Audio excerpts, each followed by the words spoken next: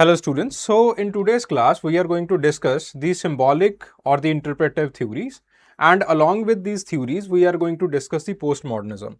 पिछली क्लास में we have already discussed the neo evolutionism. Along with the neo evolutionism we have discussed the cultural materialism and Mervyn Harris.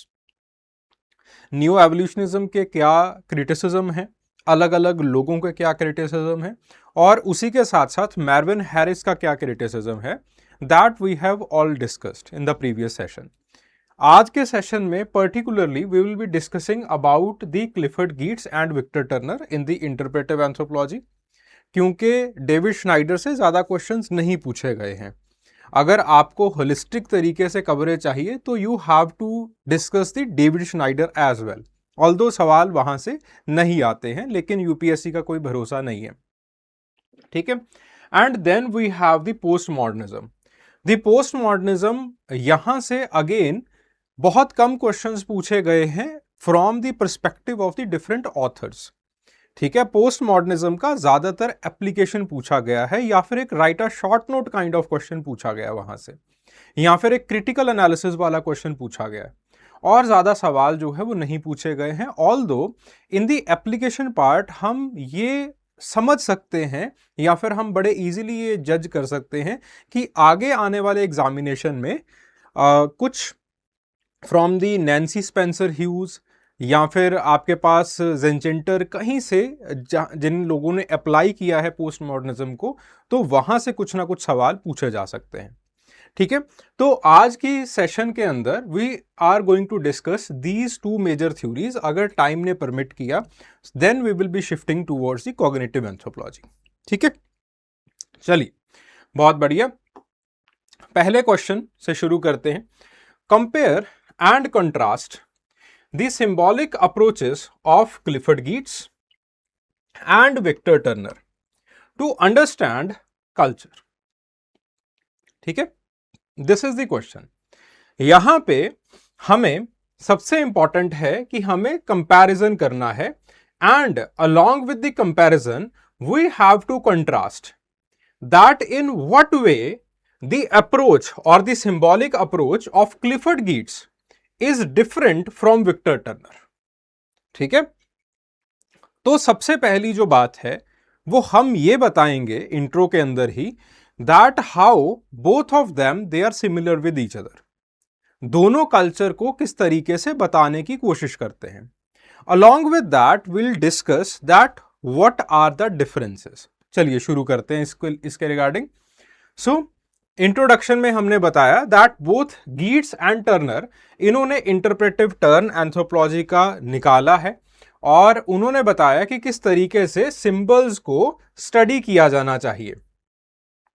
गीट्स ने on one hand symbol को as a public text read किया है, Turner ने on the other hand इनको operator की तरह study किया है. ठीक है. So in the introduction itself हमने जो क्रक्स है क्वेश्चन का वो यहां पे इंट्रो के अंदर ही क्लियर कर दिया कि गीट्स बेसिकली सिंबल को पब्लिक टेक्स्ट की तरह बताते हैं. अब पब्लिक टेक्स्ट की तरह कैसे बताते हैं? जैसे फॉर एग्जांपल गिलबर्ट रायले ने एक एग्जांपल लिया था आंख मारने का, विंक एंड ड्रिंक का. अब आंख मारने का मतलब सबको पता है, अलग अलग कंटेक्स्ट में आंख मारने का मतलब अलग अलग निकलता है, और ये मतलब तकरीबन हमारी सोसाइटी के अंदर हर किसी को निकालना आता है. गली नुक्कड़ पे आंख मारने का मतलब कुछ और है, यारों दोस्तों के बीच में जब खड़े हुए हो तब आंख मारने का मतलब कुछ और है, कॉर्पोरेट मीटिंग चल रही है आंख मारने का मतलब कुछ और निकल जाता है. एंड अलोंग विद दैट जैसे जैसे आपके पास कोई भी नरेटिव बिल्ड होता है, आंख मारने के मतलब अलग अलग होते चले जाते हैं. उसी तरीके से आपकी चाल, आपका चलन, आपका बोलचाल, आपका बैठने का तरीका, आपका देखने का तरीका, ये सारी चीजें पब्लिक सिंबल्स होती हैं. सब लोगों को इसके बारे में पता होता है, सब लोग उसके कंटेक्स्ट के हिसाब से इसके मतलब निकाल लेते हैं. इस तरीके से basically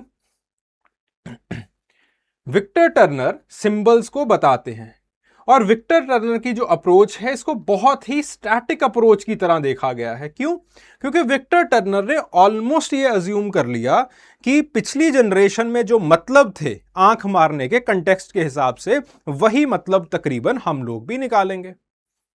but on the other hand, अगर हम क्लिफर्ड गीट्स से हट करके हम विक्टर टर्नर की तरफ जाते, तो विक्टर टर्नर बेसिकली सिंबल्स को एज एन ऑपरेटर, किस चीज के ऑपरेटर की तरह एनालाइज करते हैं। अब हम देखते हैं कि किस चीज के ऑपरेटर की तरह एनालाइज करते हैं। विक्टर टर्नर कहते हैं कि symbols are the sensory machines, ये सेंसरी मशीन्स होती हैं। अब थोड़ा सा इसको गहराई में हम लेके चलते हैं। जैसे for example take the case of religion, या फिर किसी भी रिलीजियस सिंबल का हम केस ले लेते हैं। आप मंदिर जाते हो, वो रिलीजियस सिंबल बेसिकली आपके सेंसेस को अटैच करता है। जब आपके सेंसेस उसके साथ अटैच हो जाते हैं, you are experiencing something very extraordinary. उस वक्त जो इमोशंस आप एक्सपीरियंस कर रहे होते हो, वो इमोशंस बहुत एक्स्ट्राऑर्डिनरी होते हैं। वो आम प्रोफेन में आपको वो इमोशंस नहीं मिल सकते। और उन इमोशंस में एक ही सिंबल बहुत सारे मतलब निकाल रहा होता है।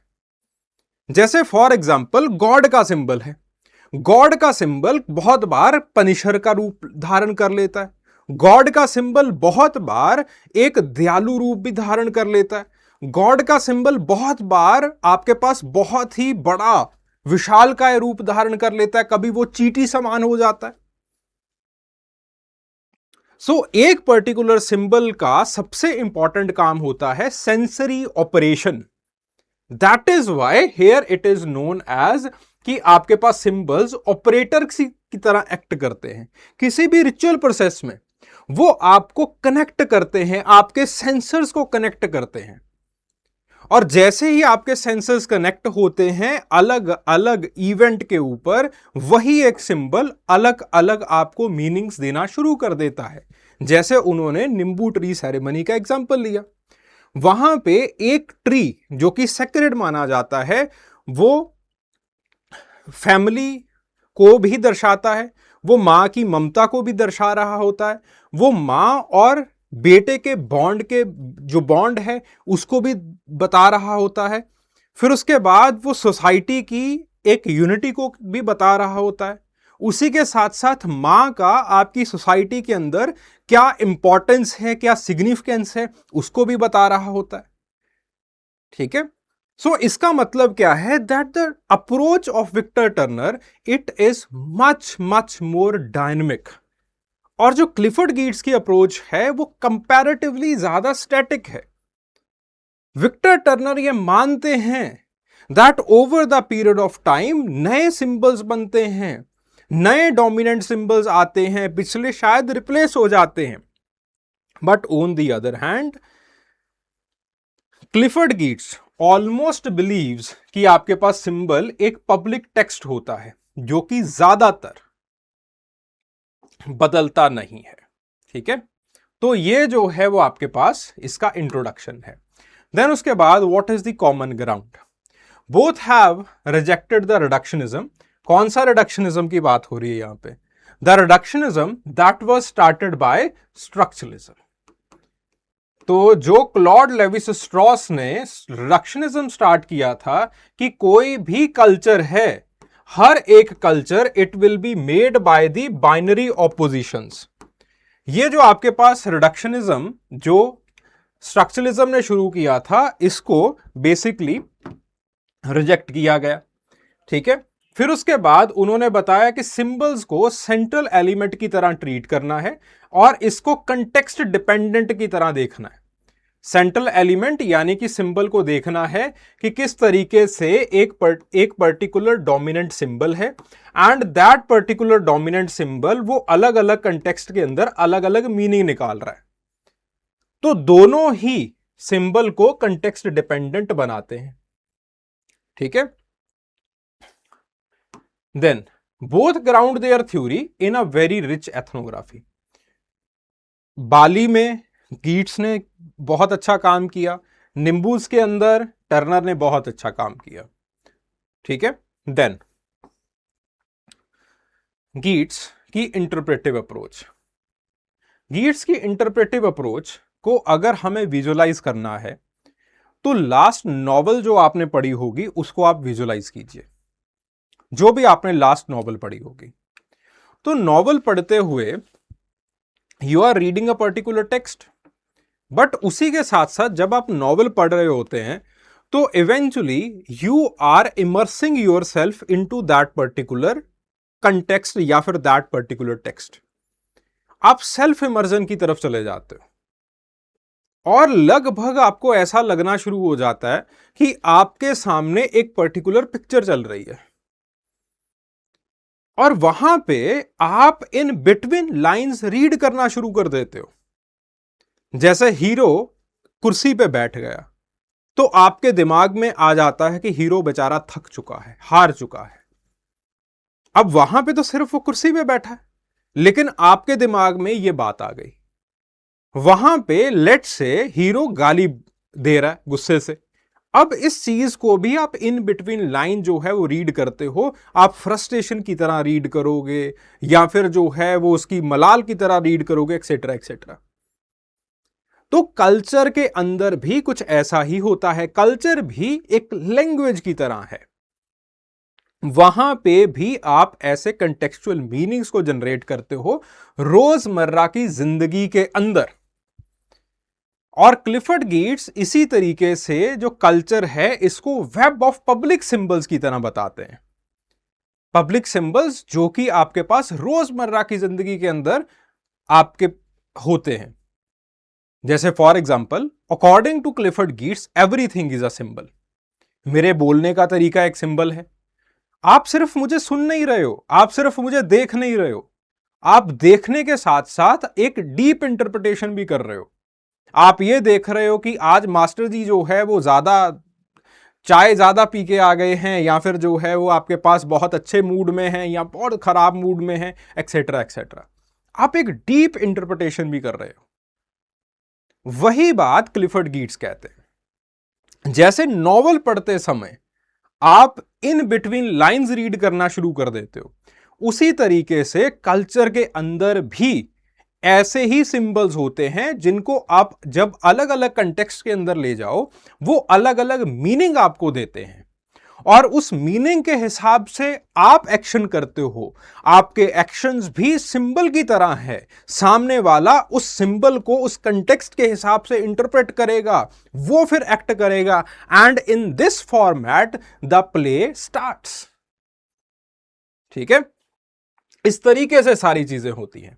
सो गेट्स कहते हैं culture is a web of significance. Web of significance क्यों? क्योंकि वहां पे सिंबल्स हैं, सिंबल्स अपने अपने कंटेक्स्ट के हिसाब से अपना अपना मीनिंग देंगे। Web of significance that people themselves have spun. क्यों, कैसे? क्योंकि सिंबल्स के निर्माता कौन है? सोसाइटी है सिंबल की निर्माता। आंख मारनी हमें सोसाइटी ने सिखाई है, धर्म की पूजा करना हमें सोसाइटी ने सिखाया है, कैसे गुस्सा करना है, कैसे तनाव में रिएक्ट करना है, एक्ट करना है, हमें सोसाइटी ने सिखाया है। So ethnography is an interpretation of the interpretations. Interpretation of the interpretation का मतलब क्या है? वही in between the lines read करना।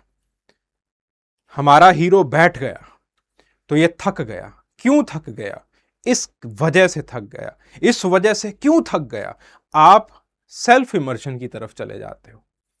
ठीक है, इंटरप्रिटेशन ऑफ द इंटरप्रिटेशन। इसीलिए उनके हिसाब से एक थिक डिस्क्रिप्शन जो है वो कंडक्ट करी जानी चाहिए। आपको सिंबल्स को रिकॉर्ड करना है। सिंबल्स लोगों के कैसे मूड्स एंड मोटिवेशंस बनाते हैं, सिंबल्स लोगों की जिंदगी का मॉडल कैसे बनाते हैं, लोग सिंबल्स को किस तरीके से उनके साथ इंटरेक्ट करते हैं, उनको इंटरप्रेट करते हैं, उस इंटरप्रिटेशन का भी एक लेयर्ड इंटरप्रिटेशन कैसे निकाला जाता है। इन सारी चीजों को हर एक एथनोग्राफर को अपनी एथनोग्राफी के अंदर लिखना होगा। ठीक है, तभी अकॉर्डिंग टू क्लिफर्ड गेट्स आपको नॉलेज की भरपाई होगी, आपको उस पर्टिकुलर कल्चर की नॉलेज के बारे में पता चलेगा। तो उनका जो मेथड था दैट वाज सिम्योटिक्स और द हर्मेनेutics, जरूरत नहीं है इसको करने की। और उनका जो कोर आइडिया है वो यही है कि कल्चर जो है वो आपके पास एक पब्लिक चीज होती है, बिकॉज इसके मीनिंग्स पब्लिक होते हैं। जैसे आंख मारने का मतलब सबको पता है, अलग अलग कंटेक्स्ट में क्या क्या मतलब होता है सबको पता है।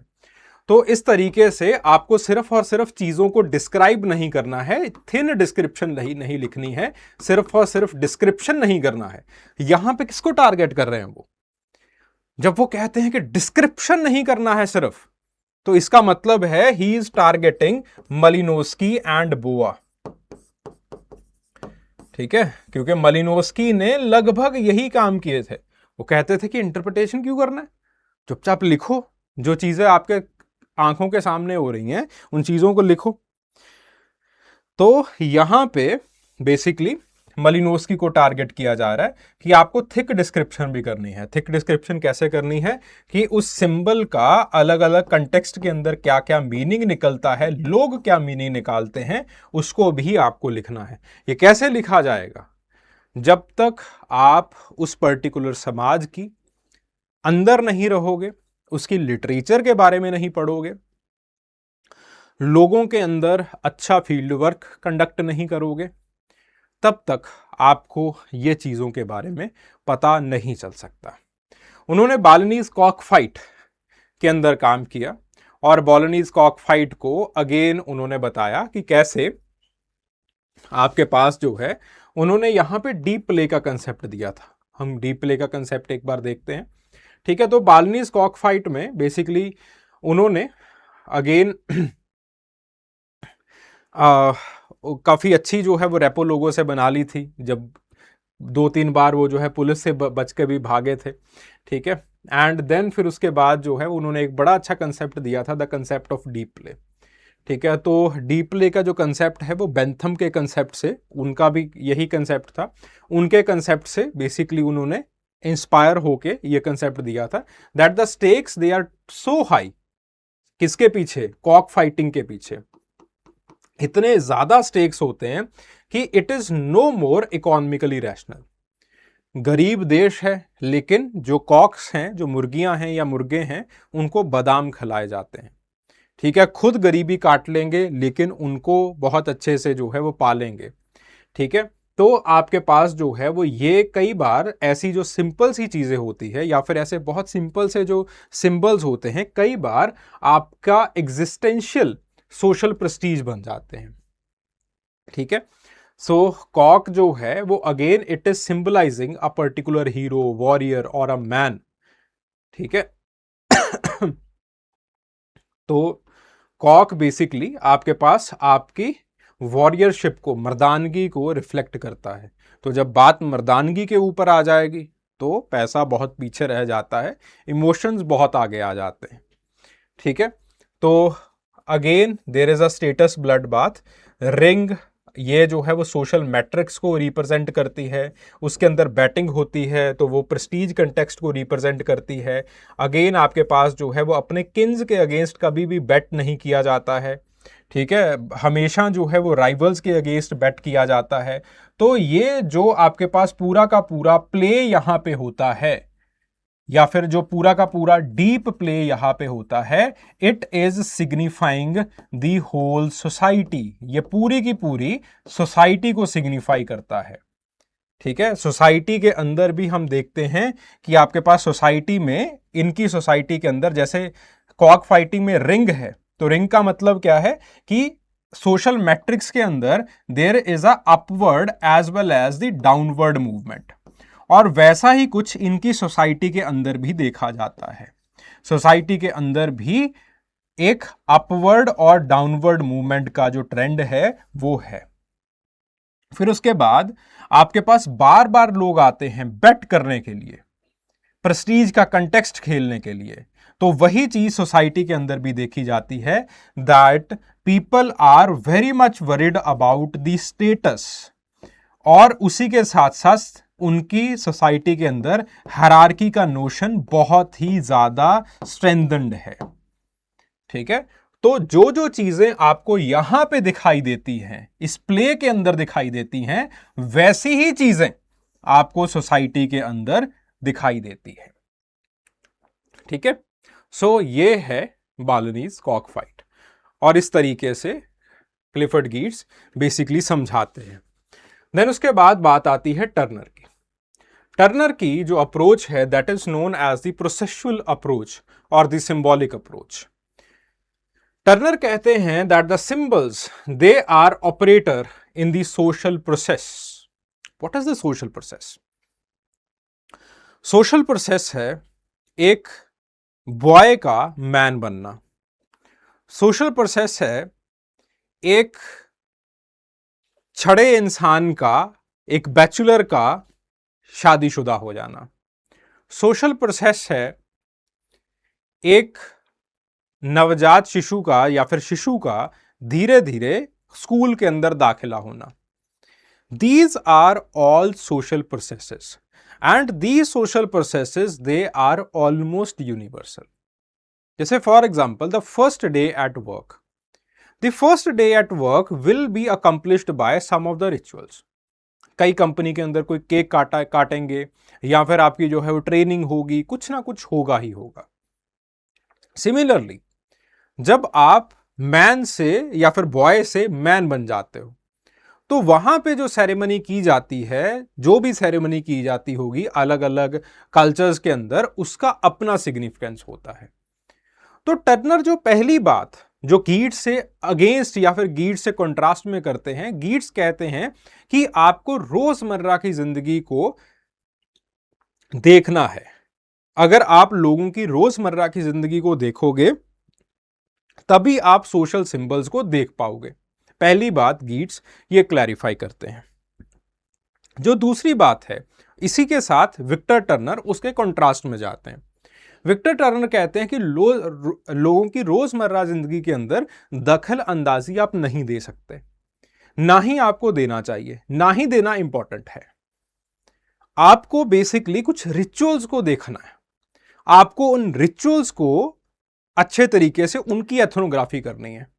उन रिचुअल्स के अंदर आपको कुछ डोमिनेंट सिंबल्स मिलेंगे, उन डोमिनेंट सिंबल्स के अलग अलग मीनिंग्स को आपको दिखाना है। उन डोमिनेंट सिंबल्स के साथ लोग कैसे अपने आप को कनेक्ट करते हैं, उन डोमिनेंट सिंबल्स के आसपास किस तरीके से इंस्ट्रूमेंटल सिंबल्स काम कर रहे होते हैं, इस पूरे चीजों को आपको दिखाना है, आपको उस रिचुअल प्रोसेस को दिखाना है। और उस रिचुअल प्रोसेस के अंदर किस तरीके से कम्युनिटी एक दूसरे के साथ कनेक्ट करती है, इमोशनली कनेक्ट करती है with the help of that particular dominant symbol, thus creating communitas. उस टाइम फ्रेम के अंदर कैसे लोगों के इमोशंस प्ले करते हैं, थस क्रिएटिंग लिमिनैलिटी। तो ये सारी की सारी चीजें किस तरीके से क्रिएट हो रही होती हैं, इन सारी की सारी चीजों को बेसिकली विक्टर टर्नर कहते हैं कि आपको दिखाना है। So symbols according to him they are operators, they are very important.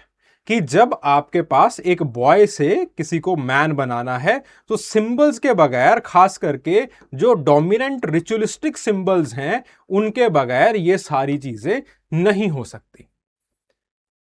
So these symbols they are multivocal, they are condensed, यानी कि आपके पास एक पर्टिकुलर सिंबल के बहुत सारे मतलब निकल रहे होंगे। मंदिर में जाते हो, भगवान की मूर्ति होती है या फिर भगवान होते हैं, उनसे अलग अलग सिंबल्स या फिर उनके अलग अलग मीनिंग्स निकाले जाते हैं। कभी वो आम आदमी, कभी वो देवता, कभी वो सर्वशक्तिमान, कभी वो आम सी डेथ प्राप्त करने वाले व्यक्ति, कभी वो बहुत ही ज्यादा पनिशर, बहुत बड़े पनिशर, कभी वो बहुत ही ज्यादा दयालु। So there is a whole range of symbols या फिर होल रेंज ऑफ मीनिंग्स जो कि एक पर्टिकुलर सिंबल से निकाला जाता है। Thus, the symbols are multivocal as well as very condensed. और ये सारी की सारी चीजें they are linked to the auratic pole या फिर sensory pole. ये आपके लॉजिक के साथ नहीं चलेगा। मंदिर में जो चीजें हो रही हैं उनको आप लॉजिकल वे के अंदर नहीं लिख सकते या बता सकते। Rather you have to see from the perspective of the emotions. आपको सेंसरी पोल से ये सारी चीजों को देखना पड़ेगा, ठीक है। So of the affect with the ideological pole of the norms, ठीक है। Then they achieve the work in the ritualistic stage. Ritualistic stage क्या, कि जब आपके पास एक पर्टिकुलर एक्टर को सेपरेट किया जाता है, जैसे फॉर एग्जांपल शादी के अंदर हम देखते हैं कि दूल्हे को अपने जो बाकी सोसाइटी है उससे सेपरेट कर दिया जाता है कुछ देर पहले, उसके बाजू में हमारे यहाँ पे कुछ बांध देते हैं और फिर उसके बाद कहते हैं कि साहा लग गया है, यानी कि अभी आप सोसाइटी के अंदर अपने यारों दोस्तों में जैसे चिल करते थे वो नहीं कर सकते, आपको सेपरेट कर दिया जाता है। फिर उसके बाद आपकी शादी होती है, शादी में बाकी सब लोग इक्वालिटी में होते हैं। आप दूल्हे साहब जिसको कोई पहले पहचान नहीं रहा होता है, आपको एकदम से जो है वो सुल्तान जैसी कपड़े वगैरह पहना करके आपको स्टेज पे बैठा दिया जाता है और फिर उसके बाद आपको बताया जाता है कि बेटा अब तुम्हारी शादी होने वाली है, अब तुम ऐसा करोगे, अब तुम ऐसा करोगे, अब तुम ऐसा करोगे। आपको गिफ्ट में घड़ी दी जाती है, कभी आपको गिफ्ट में जो है वो कुछ ऐसी चीज़ें दी जाएंगी, ठीक है, जो कि आगे चल के आपके काम आएंगी। और उसी के साथ साथ वो सारी की सारी चीज़ें आपको मैसेज दे रही होती हैं। और ये सारी की सारी चीज़ें की जाती हैं जब आपके पास एक डोमिनेंट रिचुअलिस्टिक सिंबल प्रेजेंट होता है। दैट डोमिनेंट रिचुअलिस्टिक सिंबल हमारी शादियों के अंदर वो अग्नि हो सकती है, या फिर वो कोई भी आपके पास जो मूर्ति है या फिर कोई भी स्क्रिप्चर है वो हो सकती है। तो उसके समक्ष आकर के, because that particular scripture it is the sensory pole जो कि आपको कंबाइन कर रहा है, वो आपको इमोशनली वहां पे बैठा के रखता है। फिर उसके बाद इमोशनली दूल्हा भी कनेक्ट हुआ होता है और दूल्हे को अगेन अलग अलग बातें बताई जाती हैं, ठीक है। और इस तरीके से लिमिनैलिटी जो है वो अचीव होती है। लिमिनैलिटी के बाद, शादी होने के बाद दूल्हे को दोबारा फिर से एग्रीगेट किया जाता है, सोसाइटी के अंदर उसकी शमूलियत की जाती है और इस तरीके से उसका यह माना जाता है दैट लिमिनैलिटी में रिचुअलिस्टिक सिंबल होने की वजह से, डोमिनेंट सिंबल होने की वजह से उसका जो बिहेवियर है वो चेंज हो जाएगा। और वो देखा भी जाता है दैट आफ्टर गेटिंग मैरिड दूल्हे के जो बिहेवियर्स हैं वो चेंज हो जाते हैं। और उस पूरे कार्यक्रम में जब लिमिनैलिटी होती है तो और सारी कम्युनिटी गैदर होती है जिसको हम कम्युटास कहते हैं, और हर एक इंसान को अपना अपना कर्तव्य पता होता है, किसको कितना पैसा देना है, किसको कौन सा गिफ्ट देना है, किसको कब फूल फेंकना है, ये सारी चीजें सबको पता होती हैं। It is almost like a drama that is going on a particular stage. So इसीलिए उस लिमिनैलिटी के बीच में कम्युटास सोशल ड्रामा इनिशिएट करती है और उस सोशल ड्रामा की वजह से इमोशंस और ज्यादा बढ़ जाते हैं और इस तरीके से सारे के सारे सिंबल्स एक डोमिनेंट सिंबल के अंदर एक ऑर्केस्ट्रा की तरह जो है वो काम करते हैं, ठीक है। और आपके पास एक पर्टिकुलर सेरेमनी होती है, ठीक है। इस सेरेमनी का उन्होंने एग्जाम्पल दिया था मुडाई ट्री सेरेमनी या फिर नींबू ट्री सेरेमनी, जिसके अंदर अगेन देयर आर इमोशंस, आपके पास माँ की फिगर या फिर माँ के बारे में जो है वो बात की जाती है, ठीक है। और अगेन वहाँ से हल्का सा सैप जो है वो निकाला जाता है, दूध निकाला जाता है ट्री में से, बच्चे को चटाया जाता है। पूरी कम्युनिटी जो है वो माँ की जो एक गाथा है उसके बारे में जो है वो बात कर रही होती है। एंड दैट पर्टिकुलर ट्री, उसके साथ सब लोग इमोशनली कनेक्टेड होते हैं। एंड देन आपके पास फ्रॉम दैट पर्टिकुलर इमोशंस धीरे धीरे आपकी आइडियोलॉजी आती है, आपके मॉरल्स आते हैं, मैट्रिलिनियरिटी का मॉरल आता है, ट्राइबल यूनिटी का मॉरल आता है। तो अकॉर्डिंग टू विक्टर टर्नर ये जो सारे के सारे डोमिनेंट सिंबल्स हैं, these dominant symbols they create the oratory या फिर आपके पास sensory pole, and from that particular sensory pole आपके पास आपका आइडियोलॉजिकल पोल बनता है।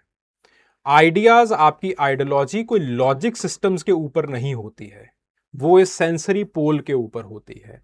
And that sensory pole it is dominated by और it is generated by these dominant symbols. तो अगर आपने इन डोमिनेंट सिंबल्स को समझ लिया तो आप इन इमोशंस को भी समझ पाएंगे और आप आइडियोलॉजी को भी समझ पाएंगे, आप आइडियाज को भी समझ पाएंगे। अगर आप इन सारी चीजों को समझ पाएंगे तो इसका मतलब क्या है कि आप कल्चर को सटीक तरीके से लिख पाएंगे। तो इसीलिए विक्टर टर्नर बेसिकली ये मानते हैं कि रोजमर्रा की जिंदगी के अंदर लोगों को परेशान करने की जरूरत नहीं है, आपको पुलिस रेड से भागने की भी जरूरत नहीं है। आप सिंपली सोसाइटी का जो भी एक सिंबल है या फिर जब भी उनका रिचुअल हो रहा होता है, मैरिज का रिचुअल है या फिर कोई भी सेरेमनी का रिचुअल है, उन रिचुअल्स के अंदर पहुंचिए, उनके अंदर उनके डोमिनेंट सिंबल्स को देखिए, लोग कैसे इमोशनली उनके साथ कनेक्ट कर रहे हैं और किस तरीके से वो डोमिनेंट रिचुअल, और उसकी खासियत ये है कि डोमिनेंट रिचुअल के बहुत सारे मीनिंग्स निकलते हैं। कभी वो बहुत बड़ा बताया जाएगा, कभी छोटा बताया जाएगा, एक्सेट्रा एक्सेट्रा। ठीक है, तो वो किसी लॉजिक सिस्टम के अंदर फिट नहीं होगा।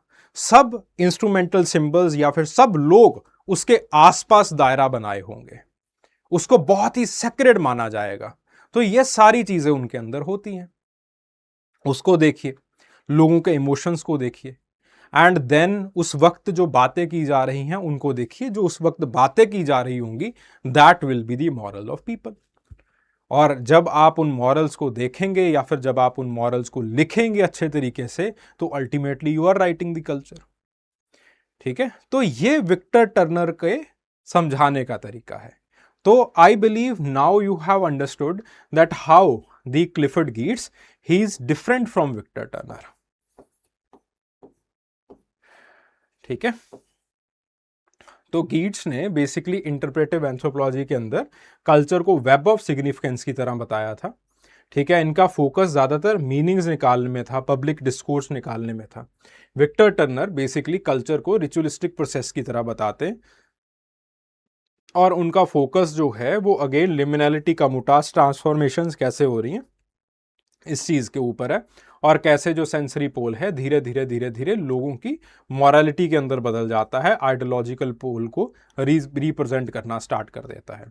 और जो बेसिकली कंट्रास्टिंग फीचर्स हैं वो कुछ ऐसे हैं।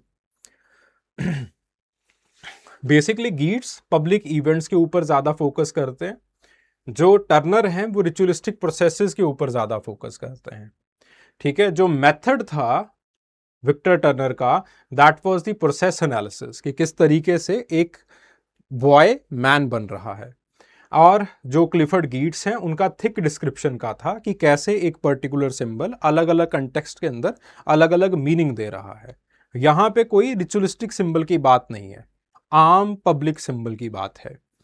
देन उसके बाद व्हाट डू सिंबल्स डू, वो किस तरीके से मीनिंग्स को कैरी करते हैं और उन मीनिंग्स को किस तरीके से इंटरप्रेट किया जाता है, सामने वाला फिर उसके ऊपर काम करता है, फिर उसके बाद सामने वाला कैसे उसके ऊपर इंटरप्रिटेशन करता है, और किस तरीके से ये जो पूरी की पूरी काम है वो सोसाइटी के अंदर चलता है। And on the other hand Victor Turner is seeing कि किस तरीके से ये ऑपरेशनलाइज होता है। तो ज्यादातर जो चीजें हैं दे आर सिंक्रोनिक, जब हम विक्टर टर्नर के पर्सपेक्टिव से देखते हैं, और जब आप क्लिफर्ड गीट्स के पर्सपेक्टिव से देखते हैं, जब विक्टर टर्नर के पर्सपेक्टिव से देखते हैं, तो ये ट्रांसफॉर्मेटिव या फिर परफॉर्मेटिव लगती हैं। ठीक है, तो ये सारी चीजें। Now what are the criticisms, इनको एक बार पढ़ लीजिएगा, मैं मोटा मोटी इसको बता देता हूं। तो पहले जो क्रिटिसिज्म्स हैं क्लिफर्ड गीट्स के वो ये हैं। तलाल असद ने बताया कि किस तरीके से आपके पास मीनिंग्स को क्लिफर्ड गीट्स ने एक तरीके से बताया कि लोग अपने हिसाब से इंटरप्रेट करते हैं, लेकिन ऐसा नहीं होता है। असद के हिसाब से मीनिंग्स को बहुत बार इन्फोर्स किया जाता है। जैसे फॉर एग्जांपल क्लर्जी, जो क्लर्जी है वो स्क्रिप्चर्स को डिसाइफर करती है, हमारे लिए स्क्रिप्चर्स को इंटरप्रेट करती है, और जो मीनिंग वो लिखेगी उसी मीनिंग को हम सत्य मानेंगे, उसी मीनिंग को जो है वो अल्टीमेट माना जाएगा। और इस हिसाब से मीनिंग्स को बहुत बार इन्फोर्स किया जाता है। It is not that always कि सोसाइटी अपने हिसाब से मीनिंग निकालेगी एंड देन सोसाइटी आगे it will have the further को। देन शेरी ऑटनर, उन्होंने अगेन जो एथनोग्राफिक रिफ्यूजल है उसको क्रिटिसाइज किया कि कैसे गीट्स ने जो आपके पास ऑलरेडी एग्जिस्टिंग कल्चर है, जैसे फॉर एग्जांपल कॉक फाइटिंग है। अब कॉक फाइटिंग का, अब मर्द तो बाहर जाके गेम प्ले कर रहा है, लेकिन जो गरीबी है वो किसको झेलनी पड़ रही है? वो औरत को झेलनी पड़ रही है। तो क्लिफर्ड गिट्स ने तो ऐसी ही प्रैक्टिसेस को ओवर रोमांटिसाइज कर दिया। ठीक है, तो जब आप किसी भी कल्चर को, खास करके जब उसकी बुरी बातों को आप रोमांटिसाइज करते हो, तो इसका मतलब क्या है? That there are moral repercussions. Then उसके बाद बात आती है विक्टर टर्नर की। तो विक्टर टर्नर के क्रिटिसिज्म, जो पहला क्रिटिसिज्म है, that is given by Edmund Leach. Edmund Leach ने कहा, अगेन विक्टर टर्नर ने कम्यूटास को रोमांटिसाइज कर दिया है। कम्यूटास के अंदर विक्टर टर्नर क्या कहते हैं कि सबसे ऊपर दूल्हा है, सब लोग उसके नीचे हैं, दूल्हे के पास एक रिचुअलिस्टिक सिंबल होगा, लेकिन क्या सब लोग जो उसके नीचे होंगे, क्या उसके अंदर बेसिकली टर्नर कहते हैं कि सब लोग एगैलिटेरियन समाज की तरह बन जाते हैं। लेकिन यहां पे एडमंड लीच कहते हैं कि कम्यूटास को ओवर रोमांटिसाइज किया गया है, लिमिनैलिटी हमेशा एगैलिटेरियन नहीं होती है। जीजा जी का रुतबा फिर भी बड़ा रहता है, फूफा जी का रुतबा फिर भी बड़ा रहता है। ठीक है, तो सोसाइटी के अंदर ये जो छोटी छोटी निटिग्रिटीज हैं, इनको टर्नर साहब मिस कर गए। देन उसके बाद बात आती है बलोच। बलोच कहती हैं, अगेन उनका आइडियोलॉजी के पर्सपेक्टिव से क्रिटिसिज्म है। उन्होंने बताया that the rituals they are not the anti structure. ठीक है, बहुत बार रिचुअल जो है, they are the coercive ideological tools to justify the structural violence and inequality. ठीक है, जैसे फॉर एग्जांपल रिचुअल के अंदर ये बताते हैं that this is the anti structure. Anti structure का मतलब क्या है कि लिमिनैलिटी के दौरान आम सोसाइटी के अंदर क्या होता है कि सोसाइटी में there is a proper stratification, लेकिन जैसे ही लिमिनैलिटी आती है तो टर्नर कहते हैं कि आपके पास एक एगैलिटेरियन सोसाइटी बन जाती है। पहली बात, वो पूरी तरह से एगैलिटेरियन नहीं है। दूसरी बात, उस एगैलिटेरियनिज्म का जो सिग्निफिकेंस निकाला था विक्टर टर्नर ने, वो ये निकाला था कि ये एगैलिटेरियनिज्म सोसाइटी को बांध के रखता है, सोसाइटी के अंदर मॉरल कोड को दर्ज करता है।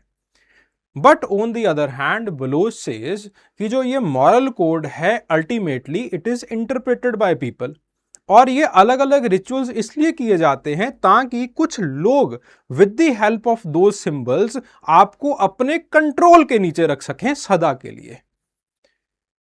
ठीक है, तो ये जो रोमांटिसाइजेशन है, ये बिल्कुल गलत है। तो ये जो these are the criticisms. Then post modernism के ऊपर चलते हैं। So how are the theories of post modernism relevant in promoting the social justice and empowerment of the marginalized communities? अब इसके अंदर ऐसे क्वेश्चन में I'll try to use this particular question to explain you that what are the applications of the postmodern school of anthropology। क्योंकि आजकल बहुत सारी चीजें ऐसे हो रही हैं जहां पे आपको एप्लीकेशन पार्ट की जरूरत पड़ेगी पोस्ट मॉडर्निज्म के, खास करके जैसे फॉर एग्जांपल ट्रांसजेंडर बिल आया है अभी, तो ट्रांसजेंडर बिल को देखने का जो सबसे अच्छा नजरिया है that is through the post modernism. फिर उसके बाद हम और आगे बढ़ते हैं तो हम अगेन फेमिनिज्म को देखते हैं या फिर इंटरसेक्शनैलिटीज को देखते हैं। ठीक है, कल्चर कैसे लिखी जानी चाहिए, पूरा का पूरा जो एक रिफ्लेक्सिविटी को देखते हैं, मल्टी एथनिक या फिर मल्टी साइटेड एथनोग्राफी को देखते हैं। तो कल्चर को लिखने का जो तरीका है वो पूरी तरीके से रेवोल्यूशनाइज हो रहा है। And in this particular context understanding of the post modernism it is very important. ठीक है, तो पहली चीज के ऊपर आते हैं कि किस तरीके से पोस्ट मॉडर्निज्म एम्पावरमेंट या फिर सोशल जस्टिस को प्रपोज करता है या फिर बताता है। पहली चीज, it exposes the domination in knowledge. Now, what does it means domination in knowledge?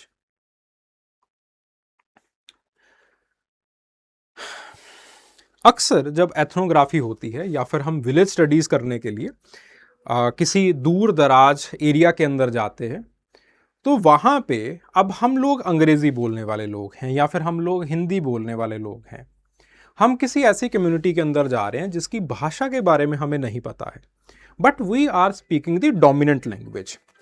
The dominant language it might be Hindi, dominant language it might be English.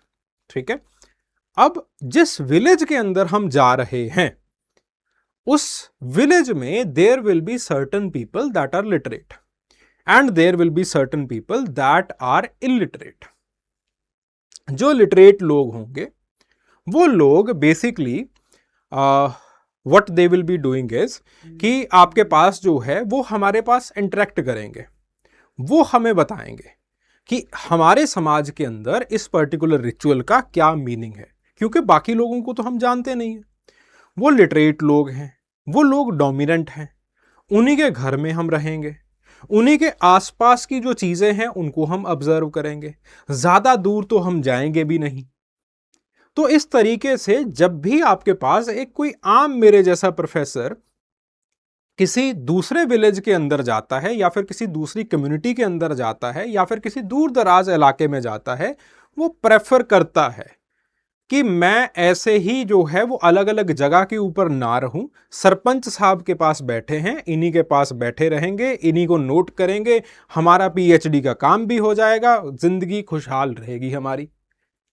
क्यों इतना ज्यादा दर्द लेना? यहां पे मार्कस आते हैं और मार्कस ने अपनी एक बहुत अच्छी काम लिखा, क्लिफर्ड और मार्कस का काम है राइटिंग कल्चर, 1986 के अंदर छपा।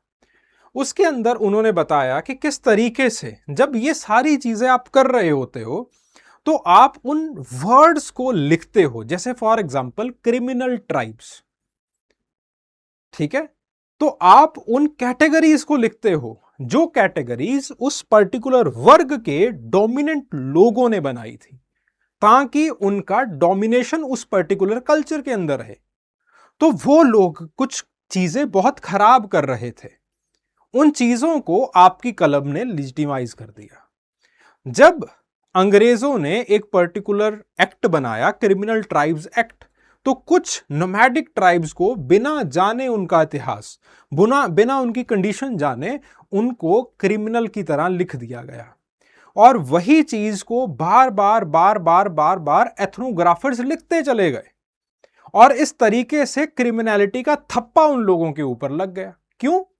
क्योंकि we were in direct connection with those dominant people. वैसा ही कुछ जब हम एक पर्टिकुलर एरिया के अंदर जाते हैं वैसा ही वहां पे होता है।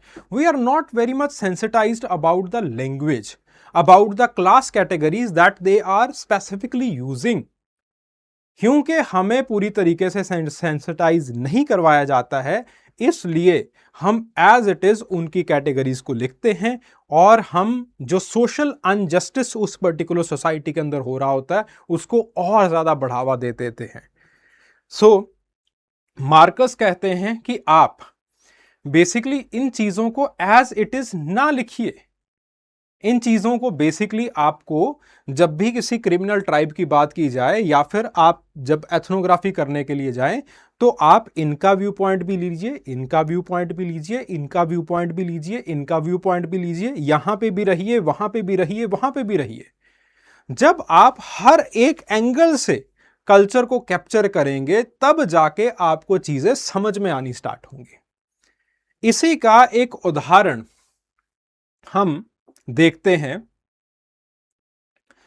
गायत्री चक्रवर्ती के एग्जाम्पल से। अब देयर वॉज एक बहुत अच्छा जो है वो थिएटर,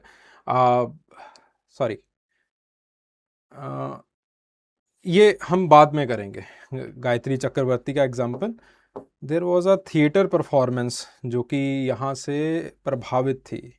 आई थिंक मैं लिखना उसको भूल गया हूँ। चलिए एनी हाउ,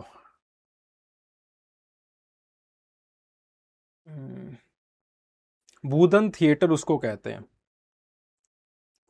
या फिर अगले क्वेश्चन के अंदर उसको लिखा गया होगा। ठीक है, चलो।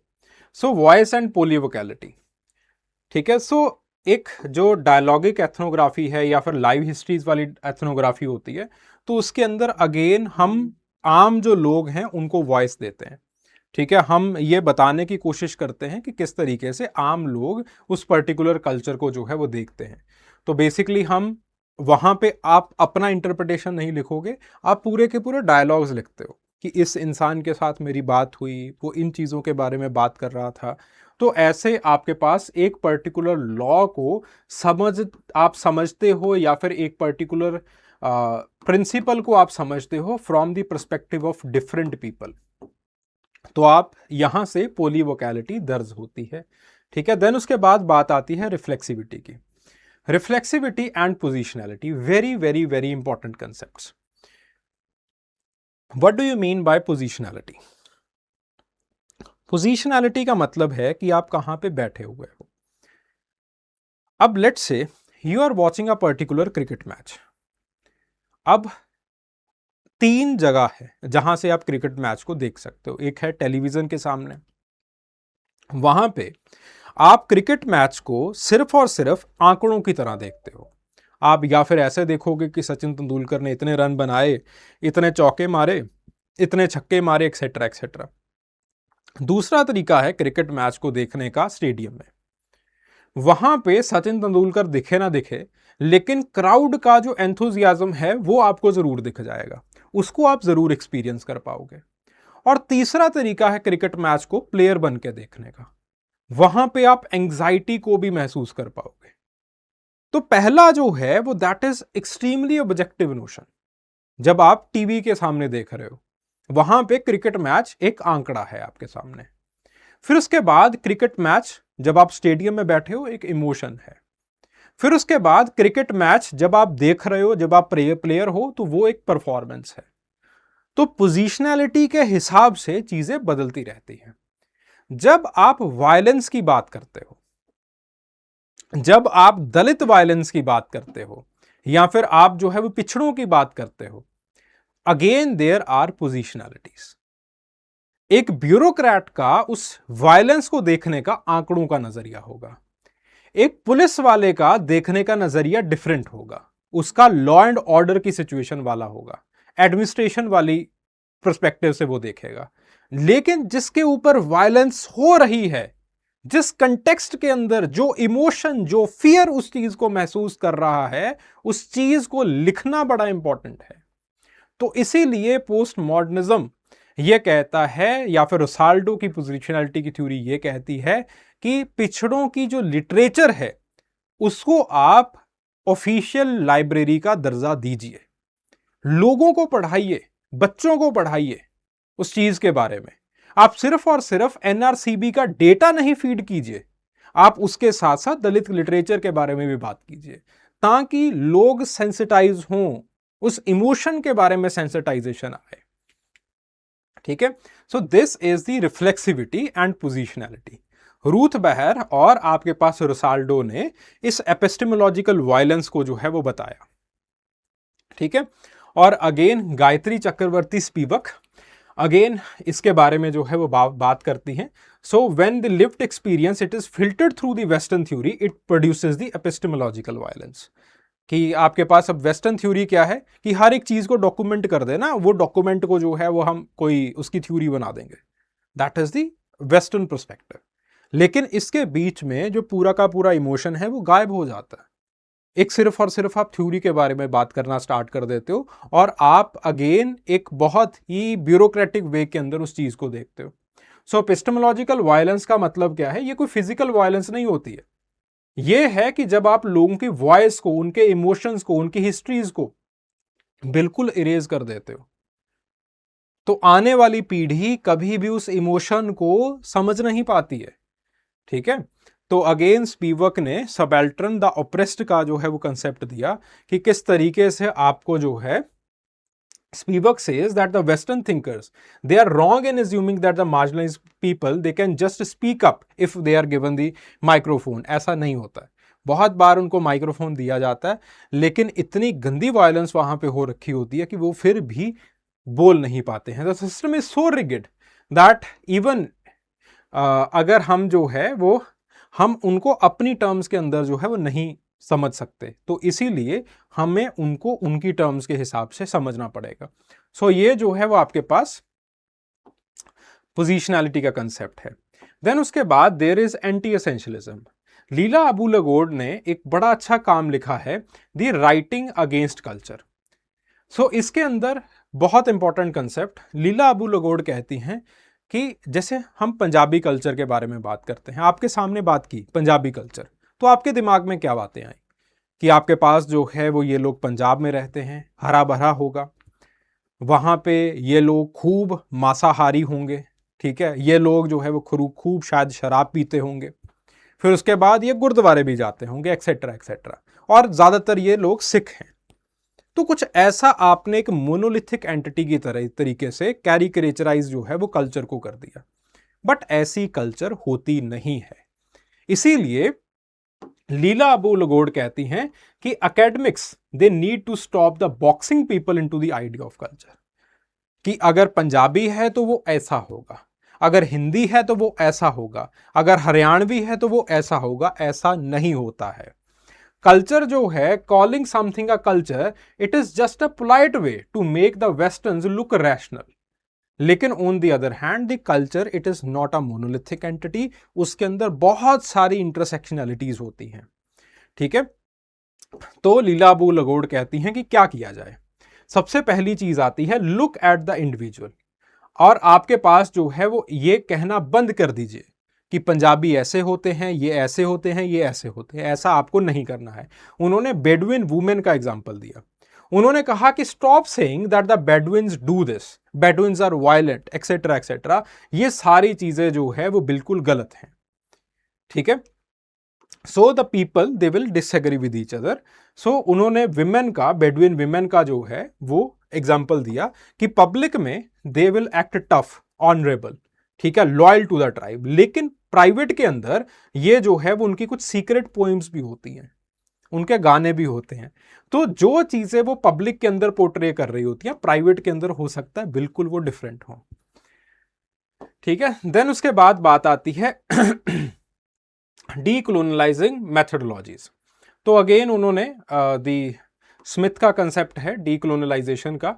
तो उन्होंने बताया कि किस तरीके से आपके पास अभी कल्चर को अगर आपको लिखना है या फिर कोई भी एथनोग्राफी को आपको लिखना है, इट इज़ नॉट ओनली कि आपको नेटिव इन्फॉर्मर्स की जो है वहाँ पे ज़रूरत है, आपको कोलैबोरेटिव राइटिंग्स करनी है। कोलैबोरेटिव राइटिंग्स का मतलब क्या है कि जैसे फॉर एग्जांपल आप तिव सोसाइटी के अंदर गए हो, वहाँ पे कोई काम लिखना चाहते हो आप, तो आप उस कल्चर को तभी सटीक तरीके से लिख पाओगे जब आप उस पर्टिकुलर कल्चर को ना सिर्फ दर्ज करोगे, लेकिन उसी के साथ साथ आप एक पर्टिकुलर उसका जो नेटिव है उसको एज अ को राइटर भी आप एनरोल करोगे, ताकि जहां पे भी हल्की फुल्की भी पोजीशनैलिटी में गड़बड़ आ रही है वो अच्छे तरीके से उसको करेक्ट कर पाए। सो एक कोलैबोरेटिव राइटिंग यहाँ पे होनी चाहिए, तभी जो आपने वेस्टर्न नोशंस बना रखे हैं उनको आप पार जा सकते हैं, ठीक है। लीला अबू लगोड़ वाला दूसरी बार आ गया, okay. Then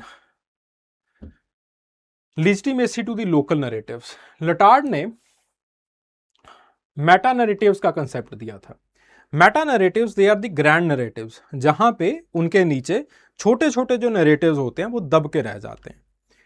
These grand narratives they are like capitalism, communism, ठीक है, humanism, existentialism, etc. etc. These are all meta narratives. और ये मेटा नरेटिव्स आपके दिमाग को बांध देते हैं।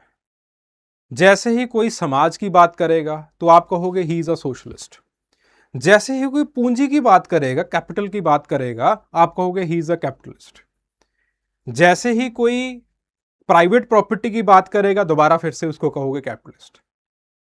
तो आपका दिमाग बेसिकली इन कैटेगरीज के अंदर बंध चुका है। These are known as the meta narratives. जैसे ही कार बोलते हो तो या तो सफेद गाड़ी या कुछ काली गाड़ी आपके सामने आ जाती है, दीज आर मेटा नरेटिव्स, की कुछ और चीज आप सोच ही नहीं पाते हो।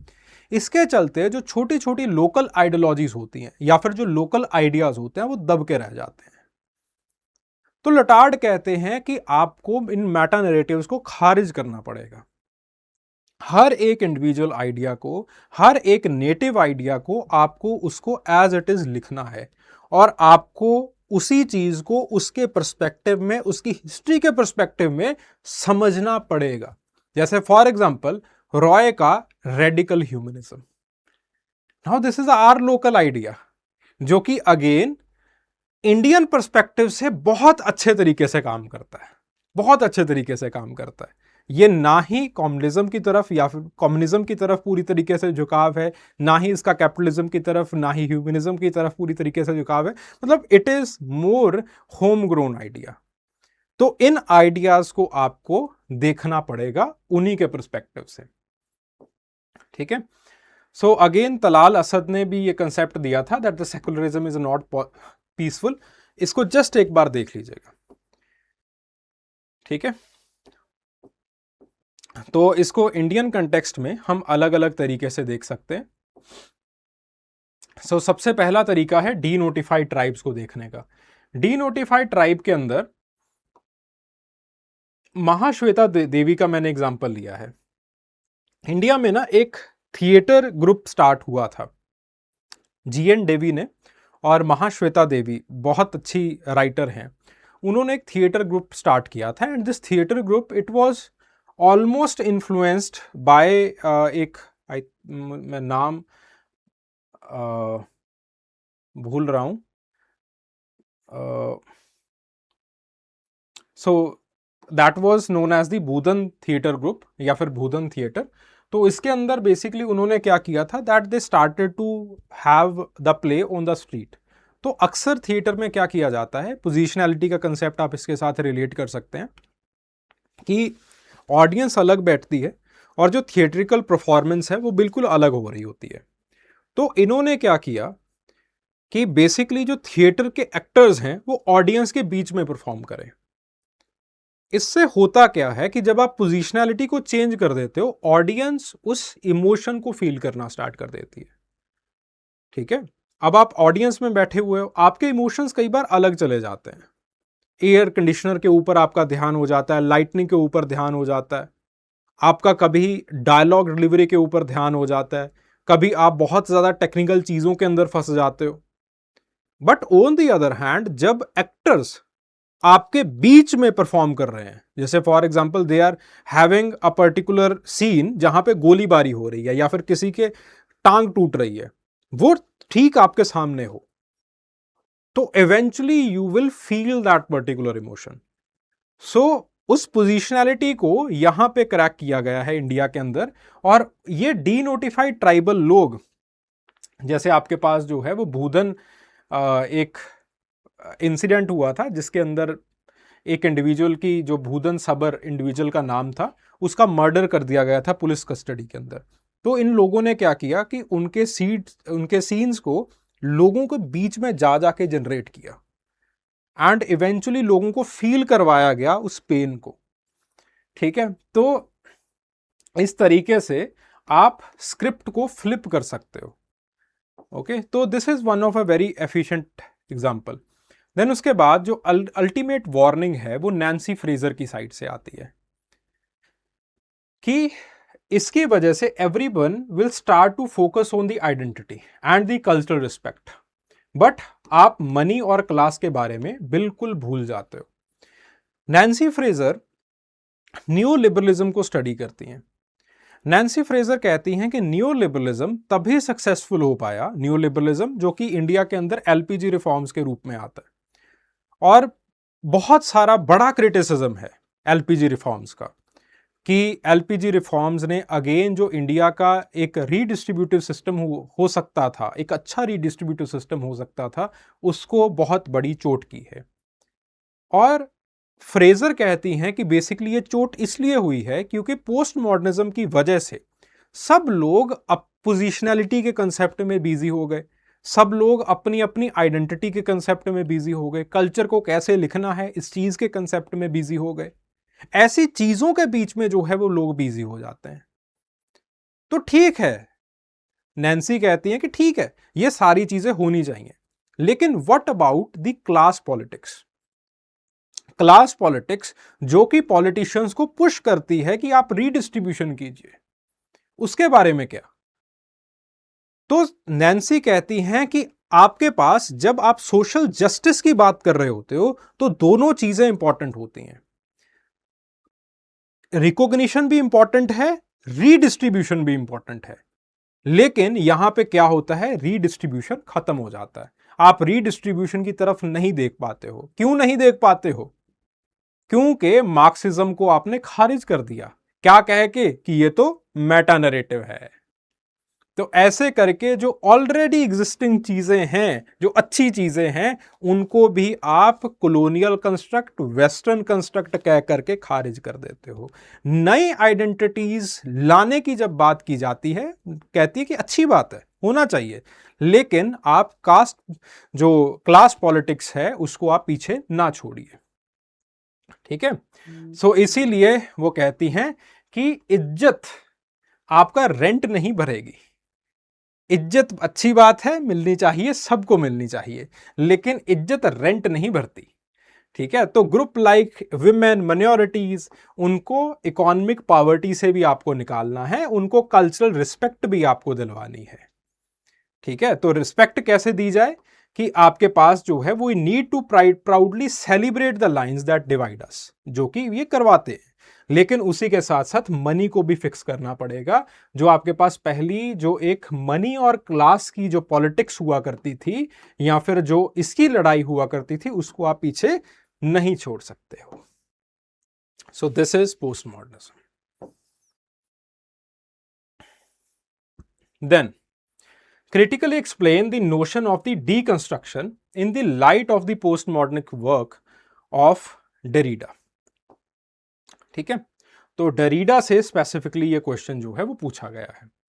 ठीक है। It was the first time जब यूपीएससी ने पोस्ट मॉडर्निज्म से किसी एक पर्टिकुलर ऑथर से कुछ सवाल पूछा था, तो खलबली उठ गई थी कि डेरिडा से कैसे क्वेश्चन पूछ लिया। तो डेरिडा का जो डिकंस्ट्रक्शन है, it is not about the destroying of the meaning, but it is a disciplined reading that shows how the text, institutions और द कैटेगरीज वो हायरार्कीज को प्रोड्यूस करती हैं। हायरार्की को प्रोड्यूस, अब what are the hierarchy that Derrida is talking about? Derrida को very famously post structuralist भी कहा जाता है। ठीक है। Just give me a second.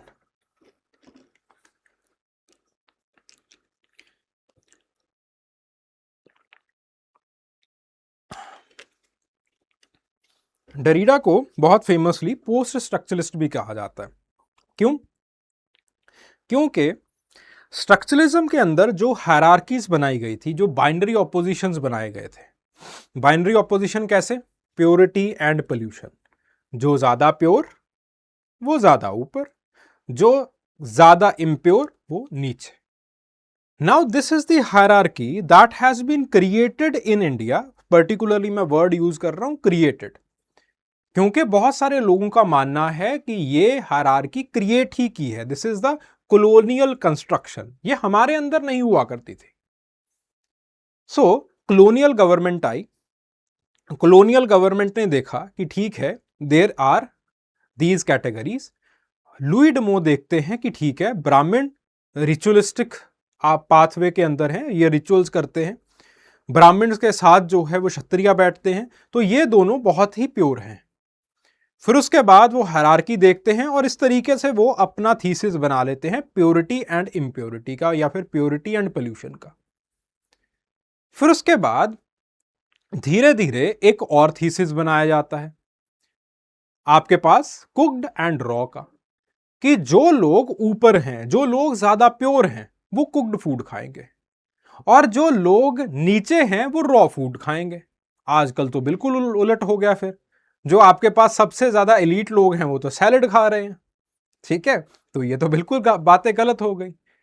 तो डेरिडा कहते हैं कि ये सारी चीज की जड़ जो है वो है तुम्हारी जुबान, तुम्हारी लैंग्वेज। डेरिडा कहते हैं कि ऐसा है भाई साहब, देखो तुम अंग्रेजी बोलने वाले लोग हो, और ये जो आपके पास पूरी आर्यन लैंग्वेजेस हैं या फिर जो अंग्रेजी लैंग्वेज है, इसका जो बेसिक थीसिस है वो बना हुआ है बाइनरी ऑपोजिशंस के ऊपर।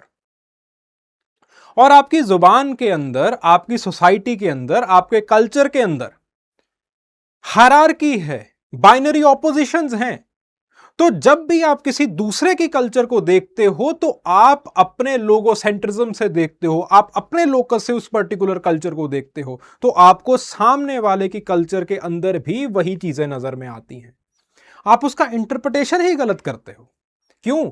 क्योंकि आपकी जुबान के अंदर, आपके कल्चर के अंदर बाइनरी ऑपोजिशन की बात है। तो यहां पे उस बाइनरी ऑपोजिशन या फिर आपके पास उन कैटेगरीज, उस हायरार्की के बारे में बात की गई है, that are through the unstable binary oppositions. Unstable binary oppositions क्यों लिखा गया है? बिकॉज ये हर जगह के ऊपर एग्जिस्ट नहीं करती हैं। क्लॉड लेवी-स्ट्रॉस ने इनको यूनिवर्सल बताया था। क्लॉड लेवी-स्ट्रॉस को बहुत गंदे तरीके से इन्होंने रद्द किया था, कहा था कि ये इंसान बिल्कुल गलत है। Binary oppositions, they are not universal phenomena, they are rather very unstable thing. ठीक है, so it reveals that how apparently the natural is an effect of language and power. ठीक है, कि जो चीज हमें नेचुरल दिखाई देती है, कि प्योरिटी एंड पोल्यूशन हमें नेचुरल दिखाई देता है, हमें रॉ एंड कुक्ड नेचुरल दिखाई देता है, ये नेचुरल नहीं है।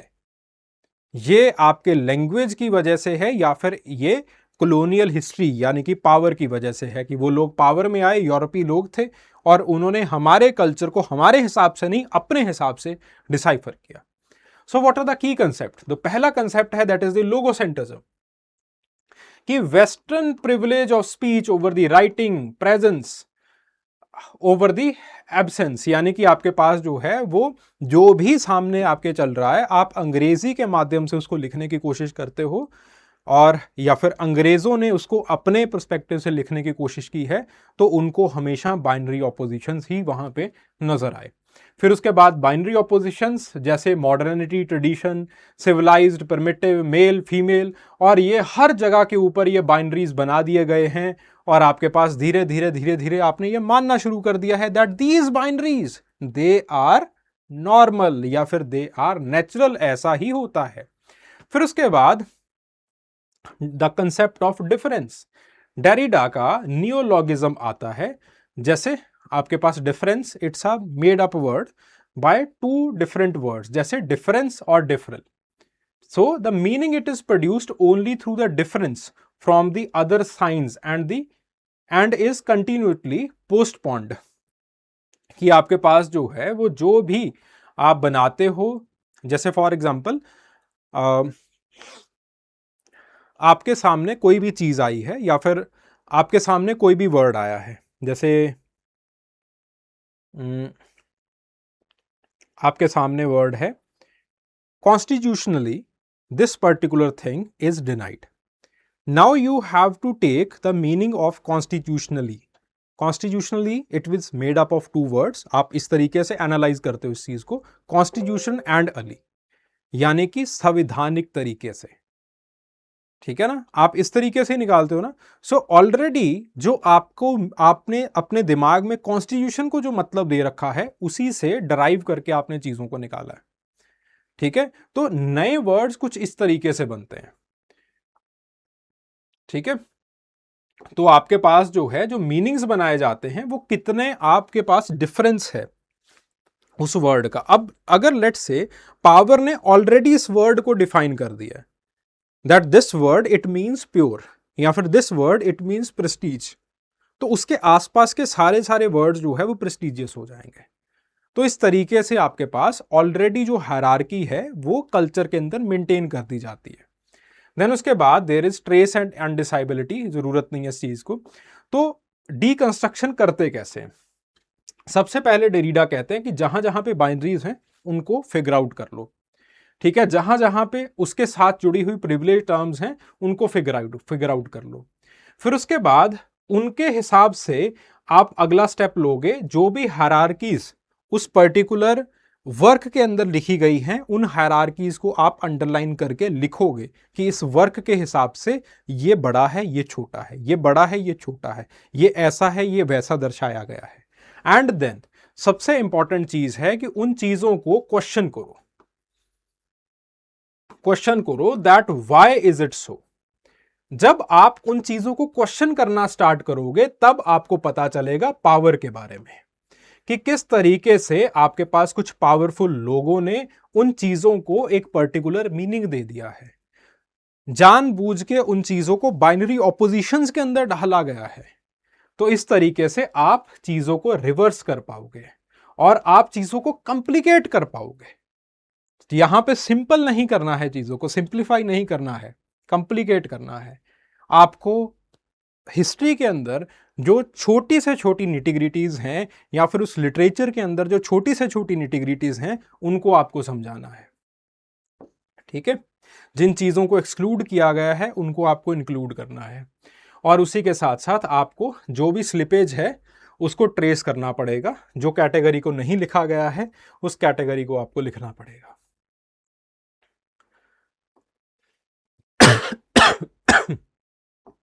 ठीक है, सो ये है। इसकी एप्लीकेशंस क्या हैं कि अगेन जो कॉलोनियल आर्काइव्स हैं, गजेट्स हैं, कंसेंसस शेड्यूल्स हैं, क्रिमिनल ट्राइब जैसी जो बातें की गई हैं, पिछड़ी जातों जैसी बातें जो करी गई हैं, उनको आप बेसिकली देख सकते हो। देन इनके दो बड़े क्रिटिक हैं। पहला क्रिटिक है जो कि हबरमास ने दिया है, दूसरा क्रिटिक है जो कि हमारे प्रिय पैरे बोर्डो ने दिया है।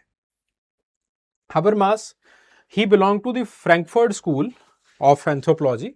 ठीक है, और उन्होंने एनलाइटनमेंट को डिफेंड किया है एक तरीके से, क्योंकि डेरिडा ने कहा कि ये जो एनलाइटनमेंट जैसी चीज़ें हैं इन्होंने बाइनरी ऑपोजिशंस बना दिए और इन्होंने ऑलरेडी एक पर्टिकुलर हायरार्की बना दी, इन्होंने ऑलरेडी कैटेगरीज बना दी और उन्हीं कैटेगरीज को हम फॉलो करते चले जा रहे हैं और उन्हीं कैटेगरीज को हम लिखते चले जा रहे हैं। सो अगेन उन्होंने इनको डिफेंड किया and he says that the post structuralism यानी कि Derrida is a totalising critique of reason. ठीक है, तो बेसिकली इनका इन अ नटशेल ये मानना है कि अगर हमने सारी कैटेगरीज हटा दी, सारी थ्योरीज हटा दी, तो हमारे पास बचेगा ही क्या। तो हमारे पास एट द एंड एक ऐसी थ्योरी बचती है जो कि ये कहती है कि सारी थ्योरीज को हटा दो, जो कि सेल्फ कॉन्ट्राडिक्टरी है। ठीक है, तो उसी चीज को वो कहते हैं that there is a fatal flaw in here, this fatal flaw it is the performative self contradiction. Habermas trap Derrida ने एक रिगरस लॉजिक, रीजन और परसुएसिव आर्गुमेंट बताया इस चीज को बताने के लिए कि कैसे हम चीजों को डीकंस्ट्रक्ट कर सकते हैं, आपके लॉजिक्स को डीकंस्ट्रक्ट कर सकते हैं। अगर हम हर एक के लॉजिक को डीकंस्ट्रक्ट हमने करना स्टार्ट कर दिया, चीजों को कॉम्प्लिकेट करना स्टार्ट कर दिया, then we will be left with nothing. ठीक है, सो जैसे आई डू नॉट एग्जिस्ट, ये बड़ा सिंपल सा स्टेटमेंट है। अब इसको भी अगर हम क्वेश्चन करने लग गए, wait do you need to exist to say that etcetera etcetera, जब हमने एक चीज को, बहुत सी सिंपल सी चीज को बहुत ज्यादा ओवरली कॉम्प्लिकेट कर दिया, we will be left with no logic, nothing. ठीक है, तो आपके पास जो है वो इसका this is the criticism. Then उसके बाद Pierre Bourdieu says that the Derrida is trapped in the academic bubble. उन्होंने जो मटेरियल रियलिटीज हैं उनको बिल्कुल ही इग्नोर कर दिया है। ठीक है, मटेरियल रियलिटीज जो आपके स्टेटस वगैरह, इन सारी चीजों की रियलिटीज है जो कि over the period of time बदलती रहती हैं। ठीक है, then the next question, elucidate the concept of thick description of Clifford Geertz, we have already done, just इसको एक बार देख लीजिएगा। जो मैंने गिलबर्ट रायले के पर्सपेक्टिव समझाया वही सारी चीजें हैं यहाँ पे। ठीक है, तो ऐसे आपके पास लेयर्ड इंटरप्रिटेशंस होते हैं। आपने आंख मारी तो पहला थिन डिस्क्रिप्शन ये है कि there is a twitch in the eye, आपकी एक मस्कुलर मूवमेंट हुई है। ठीक है, second, is it a twitch or not, voluntary है या फिर इनवॉलंटरी है, let's say it is voluntary. ठीक है, तो क्या ये एक कॉन्स्पिरेसी का सिग्नल है? अगर कॉन्स्पिरेसी का सिग्नल है देन उसके बाद ये कॉन्स्पिरेसी का सिग्नल क्यों दिया गया? ठीक है, देन उसके बाद इसका आगे रिएक्शन क्या हुआ, या फिर आपके पास जो है वो कैसे अगले इंसान ने उसके ऊपर एक्ट किया है। तो इन सारी चीजों को आप लेयर बाय लेयर बताते चले जाएं, ठीक है, एज इट इज लिखते चले जाएं, तो आपको समझ में आता चला जाएगा हर एक सिंबल का मीनिंग क्या है। ठीक है, तो हर एक स्टेप को आपको अच्छे तरीके से ऑब्जर्व करना है, उसको सोशल कंटेक्स्ट के अंदर इस तरीके से मैप करना है, लोकल कैटेगरीज को, लोकल आइटम्स जो यूज होते हैं उसको बताना है, उनके मीनिंग्स को ट्रेस करना है, जो भी चीज़ें, इवन एम्बिगुअस चीज़ें, वो भी आपको लिखनी है। छोटे से छोटे इवेंट को इन चीज़ों के साथ, इन सिंबल्स के साथ आपको लिंक करना है और ट्रांसपेरेंटली चीज़ों को लिखना है, ताकि पीयर रिव्यूज, जो भी रिवीजन्स वगैरह हैं, वो हो सके। ठीक है। ओ गॉड, ये ऊपर नीचे हो गए पूरे। कार्नेरो स्केल, ये यहाँ का नहीं है। चलो छोड़ो इसको। ठीक है, सो ये क्लिफर्ड गीट्स हैं। देन उसके बाद बात आती है विक्टर टर्नर एंड लिमिनैलिटी। अगेन जैसे हमने चीज़ों को बताया है उसी तरीके से यहाँ पे लिखना है कि सबसे पहले आपके पास सेपरेशन होती है, then there is a liminal phase, and then फिर उसके बाद एग्रीगेशन होती है, एंड देन फिर उसके बाद हमने लिमिनैलिटी उसके बारे में बता दी कि यहाँ पे एम्बिग्यूटी होती है, ह्यूमिलिटी होती है, सिम्बॉलिक इन्वर्जन होता है, कम्युनिटी आती है, और ये कम्युनिटी सोशल ड्रामा क्रिएट करती है। ठीक है। और फिर उसके बाद दो चीजें हैं, एक है लिमिनल स्टेज और दूसरी है लिमिनॉइड। ठीक है। लिमिनल स्टेज होती है जहां पे एक रिचुअलिस्टिक एलिमेंट प्रेजेंट होता है, एक सेक्रेड एलिमेंट प्रेजेंट होता है। लिमिनॉइड है जैसे मेरी ये स्टेज है, अब मैं रोज क्लास लेता हूं, रोज यहां पे आता हूं। ठीक है। Now the class is going on, ये खत्म भी नहीं हुई है, खत्म होगी मैं घर पे चला जाऊंगा। ठीक है। ये अभी स्टार्ट में चल रही है, it is in continuity, so this is the liminoid stage. ठीक है। तो जो आपके पास ये थिएटर परफॉर्मेंस है, मेरी क्लास लेनी है, कोई स्पोर्ट चल रही है, ये सारी चीजें लिमिनॉइड के अंदर आती हैं। Okay. So the major criticism they are again कि इन्होंने, एडमंड लीच वही कहते हैं कि ओवर रोमांटिसाइज कर दिया कम्यूटास को। मैरी डगलस कहती हैं कि आपके पास जो है the things Brexit in between the classification, ये जो है वो आपके पास बेसिकली डेंजरस और पोल्यूशन वाला है, कि मैं पहले ये सारी चीज़ें कर चुकी थी। ठीक है। तो आपके पास जो है वो अगेन ये जो लिमिनैलिटी वगैरह वाली बातें हैं, दे आर नथिंग, बट आपके पास जो है वो दे आर डर्ट। बेसिकली यहाँ पे ये है कि ऑलरेडी इन्होंने, डगलस ने, ये जो डेंजर और प्योरिटी एंड डेंजर वाला कंसेप्ट है वो दे दिया था, उसी के हिसाब से ये पूरा का पूरा कंसेप्ट बनाया गया। देन उसके बाद जेंडर क्रिटिक है कि आपके पास जो टर्नर का पूरा मॉडल है that is male centric model, इसके अंदर अगेन विमेन को अच्छी पोजीशन नहीं दी गई है, उनकी पोजिशनैलिटी में फ्लॉज हैं। ठीक है। Then the contribution of Victor Turner and Clifford Geertz, just इसको अपने आप पढ़ लीजिएगा, वही सारी चीजें हैं that we have already done. ठीक है। तो क्वेश्चन इधर इधर उधर थोड़ा बहुत है। ठीक है। तो the content it is more और लेस द सेम। ठीक है। देन उसके बाद बालनीज कॉक फाइट के ऊपर सवाल था, so these are the basic questions. ठीक है। अब बालनीज कॉक फाइट के अंदर लेयर्स क्या होती हैं? Now these are layer. सबसे पहली थिन लेयर है कि आपके पास गैम्बलिंग होती है।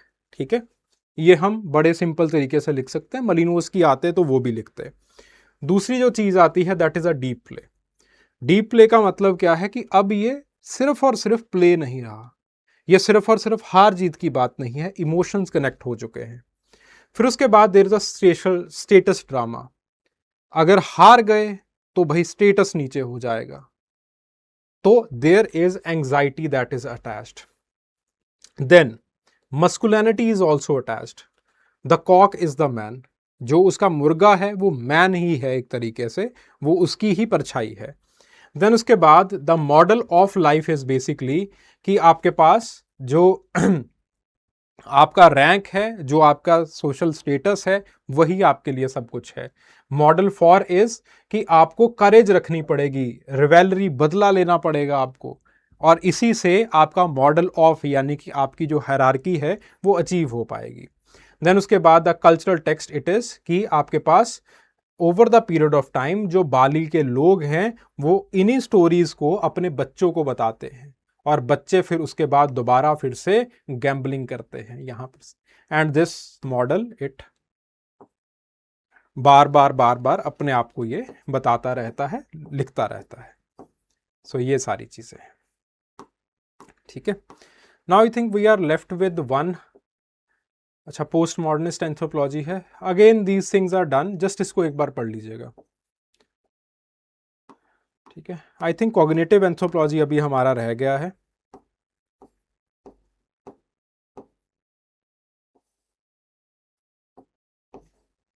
ठीक है, कॉग्निटिव एंथ्रोपोलॉजी को अलग से हम कर लेंगे। ठीक है, चलिए